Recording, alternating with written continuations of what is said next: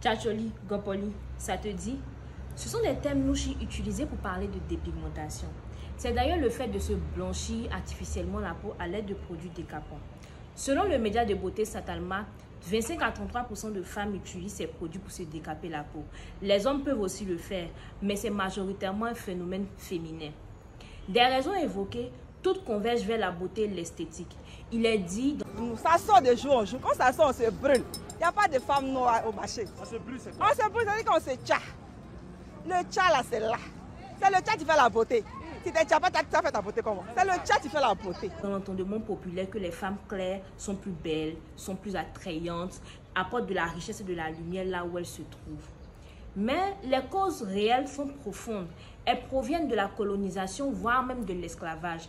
Pendant cette période, les personnes à peau foncée étaient marginalisées, stigmatisées. Et nous, les plus jeunes, on a grandi avec cette construction-là. Je dis nous parce que moi aussi, j'ai été dans cette situation. Quand j'avais 16 ans, j'avais eu l'idée de me dépigmenter la peau parce que les personnes autour de moi me disaient que j'étais trop noire, trop foncée et que j'étais moins belle que ces filles claires-là. Je dois mon salut à ma maman, de qui j'avais très peur. Ma déconstruction a commencé lorsque j'ai vu des personnes noires s'affirmer, faire la valorisation de leur peau. Je parle entre autres de ma tata Colombe, de Marie-Christine Begré, de Claudia Tiako, d'Isabelle Becquet et de toutes ces femmes noires naturelles qui font la promotion de leur teint.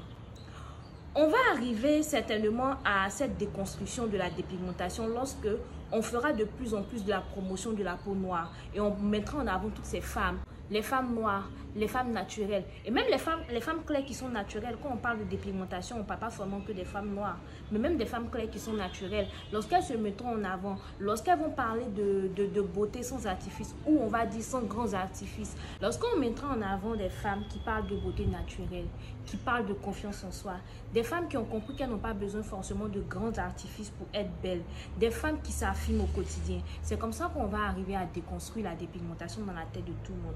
Mais en attendant, il faut continuer à sensibiliser, à parler des méfaits de la dépigmentation, des méfaits qui ont un impact sur la santé même reproductive. Il faut qu'on continue toujours à sensibiliser pour parler des méfaits contre la dépigmentation. Je suis Kofi Plebou Madjoakan, Miss 295 pour le concours Miss 2.0 et pour cette deuxième étape, je vous invite à voter pour moi.